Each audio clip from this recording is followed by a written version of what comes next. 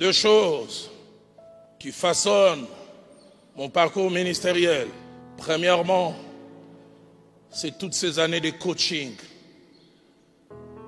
Toutes ces années où j'ai été à côté du feu Jacques-André Vernon. Il passe jamais un jour sans qu'à genoux je dise merci au Seigneur pour toutes ces années. Merci au Seigneur pour toutes ces années, pour ces modèles, cet exemple, mais aussi les enseignements sortis de sa bouche. J'oublie jamais ce jour, un mercredi soir, il y a 29 ans. Il m'a pris de côté dans son bureau. Il m'a dit ces 4 vérités que je n'ai jamais oubliées. La première, il m'a dit, Dalo, si tu veux durer dans le ministère, que l'argent ne soit pas le moteur de ton ministère. La chose que tu recherches en premier. La deuxième, il m'a dit, Dalo, ne suis jamais l'argent, mais laisse l'argent te suivre. Et il est allé plus loin. Il m'a dit, celui qui suit l'argent, des fois, il peut l'avoir et ça s'arrête. Mais celui qui ne suit pas l'argent, l'argent le suit et il s'en fatigue.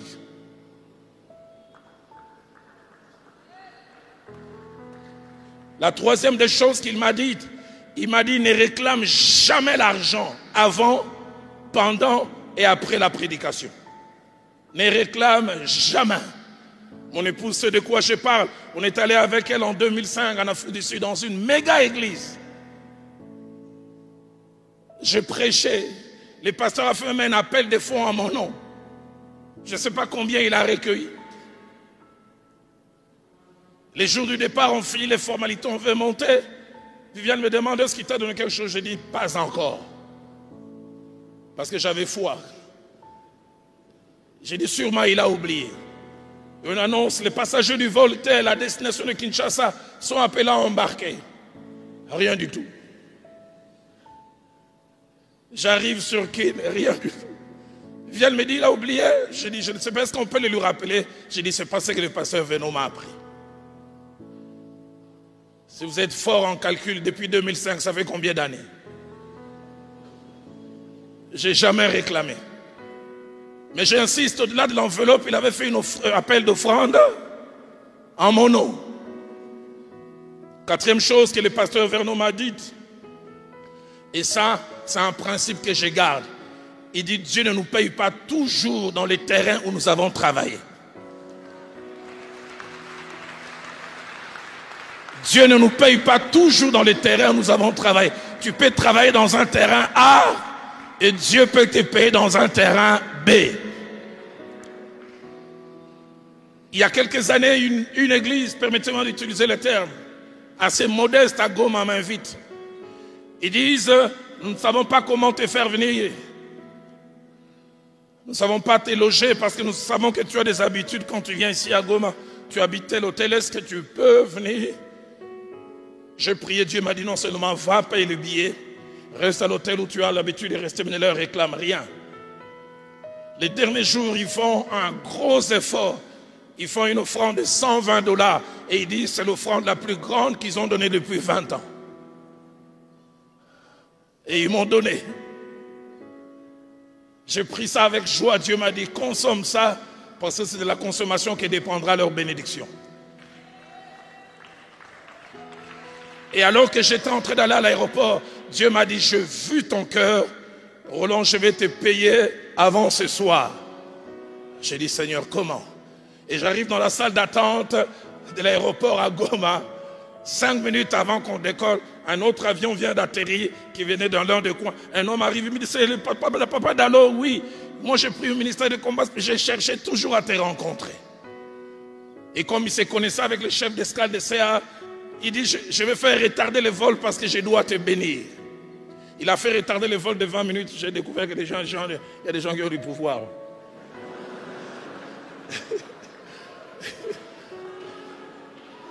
Et quand il revient, il me donne une enveloppe. Je me suis rendu simplement compte que l'enveloppe était un peu costaud. Je n'ai pas eu le temps de compter. On décolle les 10 premières minutes, il y avait des ondes de turbulence. Quand ça se calme, j'ouvre comme ça. des billets de dollars en vrac. J'ai dit, qu'on la foutaka.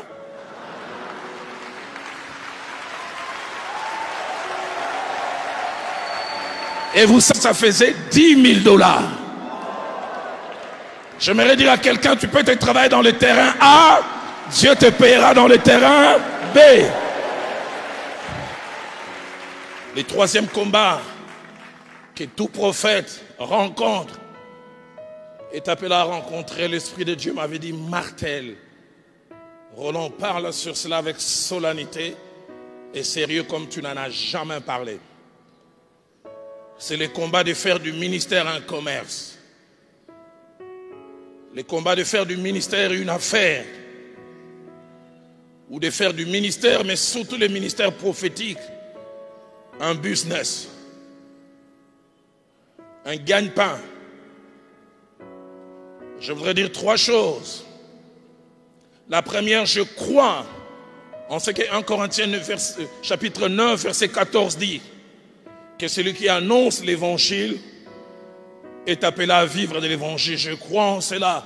C'est mon cas, le cas de plusieurs, surtout celles et ceux qui sont à temps plein. Mais deuxièmement, je crois aussi en rapport avec le ministère, que ce que le ministère peut nous apporter ne doit pas être la motivation, mais ça doit être la conséquence.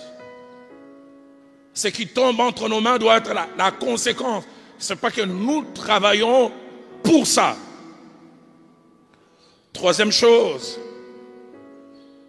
l'une des choses les plus tristes, et surtout en rapport avec le ministère ici à Kinshasa, dans notre pays, c'est qu'il y a beaucoup qui travaillent pour leur ventre. Beaucoup qui placent le côté gagne-pain, bénéfice, et tout ce que l'on peut avoir au travers du ministère, avant toute chose. Beaucoup sont rongés par cette gangrène que l'apôtre Paul mentionne dans 1 Timothée chapitre 6, versets 6 à 7, en montrant les conséquences attachées à cela. Il dit, car l'amour de l'argent est une racine de tous les maux. Cet amour est une mauvaise chose. Et Paul ajoute, et quelques-uns en étant possédés, il parle de cet amour comme une possession, quelque chose qui vous prend, n'est jamais sans conséquence. Il dit, ça vous égare loin de la foi. Et il ne s'arrête pas là. Il dit, ceux qui ont été accrochés par là, par ce mal, se sont jetés dans bien des tourments. Mais j'aime ce qu'il dit à son fils dans la foi. Mais pour toi, homme de Dieu, fuis ces choses. Recherche la justice, la piété, la charité, la patience et la douceur. C'est pourquoi, parlant de mon pasteur le fait Jacques-André Verneau, j'aime citer 2 Timothée chapitre 3 verset 10, où Timothée dit à son fils, mais toi, tu as suivi de près, 1, mon enseignement, mais 2, ma conduite. Il ajoute après mes résolutions, ma constance. J'en parlais tout à l'heure avant de conclure. Certains n'ont pas la grâce de bien se comporter. 1, ils ont manqué d'enseignement, mais 2, ils ont manqué un modèle. Moi, j'ai observé le comportement de Jacques-André Verneau. J'en ai fait la ligne de conduite de ma vie. Je l'ai vu faire la différence entre l'argent qu'on lui donne et l'argent qu'on donne à l'église. Une fois j'étais là, on lui donne 50 000 $. Il dit, ça c'est pour l'église. Et puis on lui donne 500 pour lui. Il appelle les caissiers, papa Banza, tu peux venir? Viens prendre les 50 000. Et il prend les 500 pour lui. Aidez-moi à poser la question à votre voisin, si c'était vous. Et laissez-le répondre. Paul ajoute, tu t'es appliqué à me suivre dans mes conceptions. Tu as adopté mon but de vie. La deuxième des choses qui marque mon ministère, une date qui ne vous dit rien mais qui me dit beaucoup. Il n'y a qu'une poignée de personnes qui étaient avec moi en cet endroit. Je peux retrouver ici mon épouse, papa Milan, Docteur Atoms, le 23 février 2008, ça vous dit rien? Parce que le 24 février, Philadelphie commençait.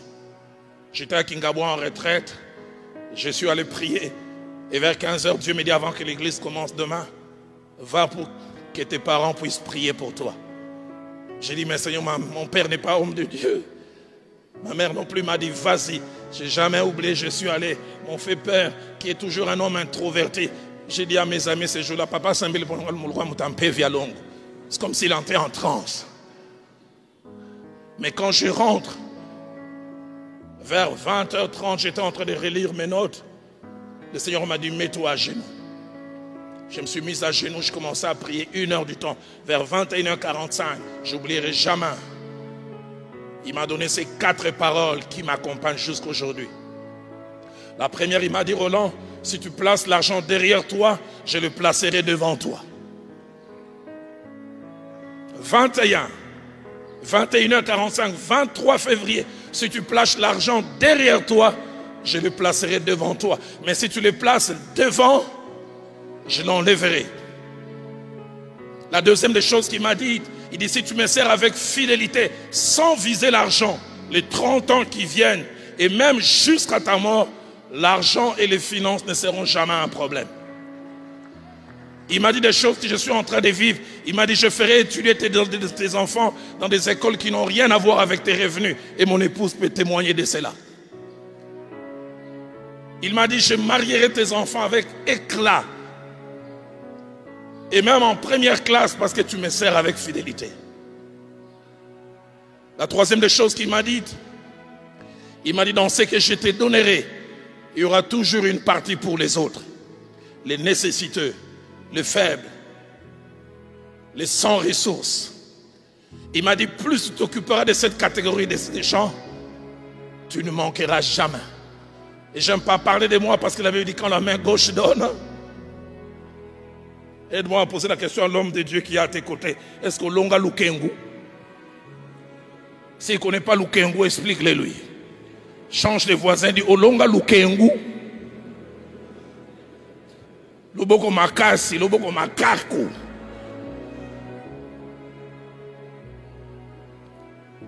La quatrième et dernière chose qu'il m'a dite, il m'a dit, fais-moi la promesse de jamais courir pour l'argent. Et je ferai courir l'argent derrière toi. Mon épouse est témoin. L'année passée, elle et moi, on est à Goma. Un homme d'affaires vient et nous donne 120 000 $. Aidez-moi à dire à votre voisin 120 000 $. Je ne dis pas 120 000 francs congolais, 120 000 $. Il dit, Dieu m'a mis à cœur que tu bénisses plusieurs œuvres de Dieu, mais que cet argent passe par toi. Il n'y avait même pas mon épouse, il n'y avait que lui et moi. J'ai demandé, il n'y a pas une partie pour moi? Il a dit non. 120 000, oui. Ah, Nkolo. Je viens, j'en parle à mon épouse. Et nous avons prié. Les 3 jours qui ont suivi, nous avons commencé à appeler des églises. Avez-vous tel défi? Oui, donnez-nous le numéro. 30 000. Vous avez tel défi? 20 000. À un moment, il est resté 10 000. Mon épouse et moi, on s'est regardé. Ils aussi là-haut. Il n'y avait personne. Je me souviens qu'on a lâché les derniers centimes. Dieu m'a dit, Roland, ce n'était qu'un test. Et tu verras ce que je vais faire.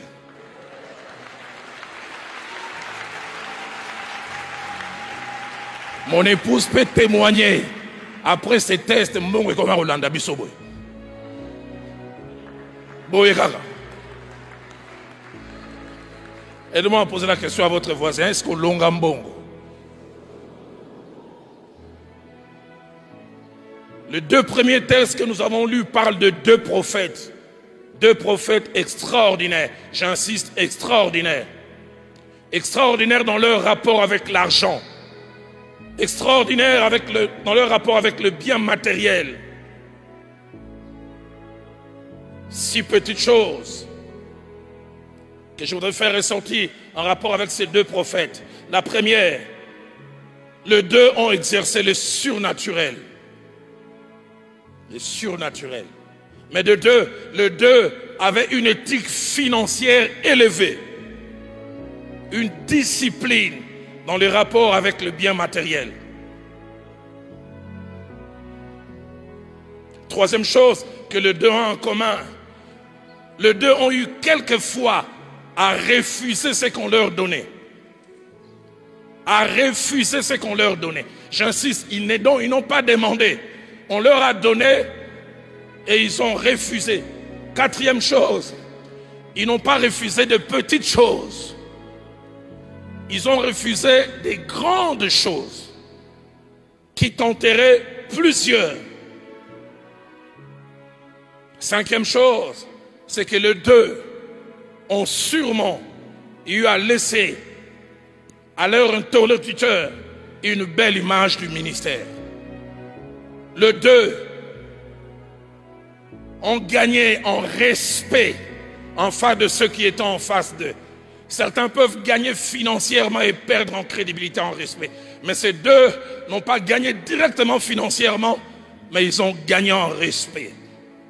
Sixième chose, et je l'ai dit à ma tristesse, ces deux prophètes extraordinaires, il y en a de moins en moins dans mon pays. Il n'y en a presque pas. Alors que Daniel est devant le roi lui propose des grandes choses, des biens matériels et même les honneurs. Il dit, si tu peux lire cette écriture, tu seras revêtu de pourpre. Tu porteras un collier d'or à ton cou. Tu auras la 3e place dans le gouvernement du royaume. La version française courant dit, tu seras revêtu d'habits d'apparat, les habits les plus chers de l'époque. Tu auras un collier d'or autour de ton cou, signe de distinction, de majesté. Et tu seras l'un des principaux ministres du royaume. J'insiste, Daniel n'a rien demandé. Ça lui est proposé. Deuxième chose, c'est le verset 17, la partie A. Daniel a le courage, que dis-je, l'audace, que dis-je encore, la liberté de refuser. Et vous savez, les rois de l'époque, c'était des gens ayant une autorité suprême. Tu ne peux pas lui dire non. Mais cet homme, à cause de son éthique financière, sa discipline, la Bible dit, Daniel répondit en présence du roi, garde tes dons et accorde-le à un autre. Des habits de qualité, collier d'or, élévation, la version française courant dit, tu peux garder pour toi tes cadeaux et tes présents, donne-les à quelqu'un d'autre. La troisième chose, et c'est là où j'ai dit, Seigneur, donne-moi ton cœur, le cœur de Daniel. Il refuse le bien, mais il est prêt à servir. Il dit, garde tes dons, accorde-les à un autre, mais dit au verset 17, la partie B, je lirai néanmoins l'écriture. Je lui en donnerai l'explication. Seigneur, donne-nous de Daniel. Sa réponse cache 4 idées. La première, je ne suis pas intéressé par ton argent. La deuxième, c'est que l'argent n'est pas le moteur de mon ministère. La troisième, je ne suis pas quelqu'un qui monnaie ses services, qui est des monnayeurs de services à Kinshasa. Consultation prophétique avec des tarifs.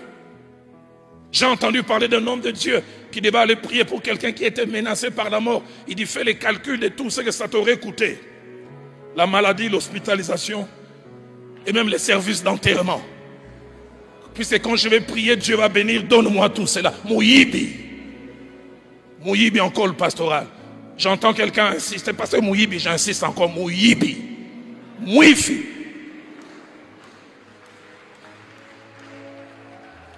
La quatrième idée cachée derrière, c'est que j'ai un patron plus grand qui n'a pas que toi pour me payer.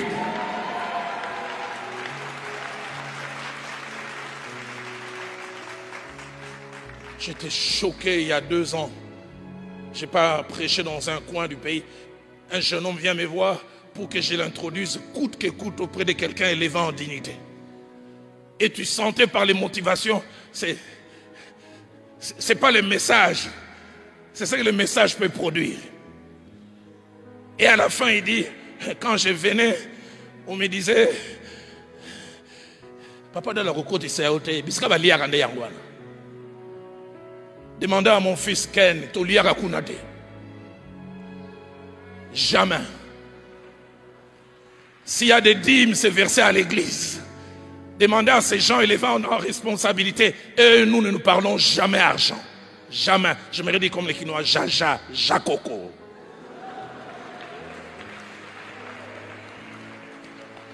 Je suis fils de Dieu, mais je suis fils de Jacques-André Verneau.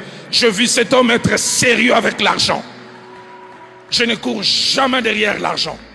Milan peut se rappeler, en 2015, quelqu'un était élevé dans la gestion de la cité Congo, dans les gouvernements. Il m'invite pour un moment d'entretien. Je suis resté avec des 17h à 22h. L'église me mettait toujours le carburant plein. Et je vais le quitter.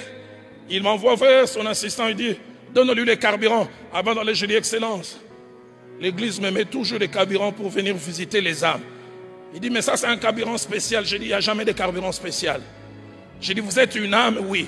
Je dis, chaque lundi, Philadelphie me met 50 litres de carburant pour visiter les âmes dont vous. Je suis parti. Son assistant m'a appelé après, il dit, vieux, attaque vieux bord, vrai bord. Il me dira 15 000 $, Isaki Nakat. J'ai dit, je ne cours pas derrière ça.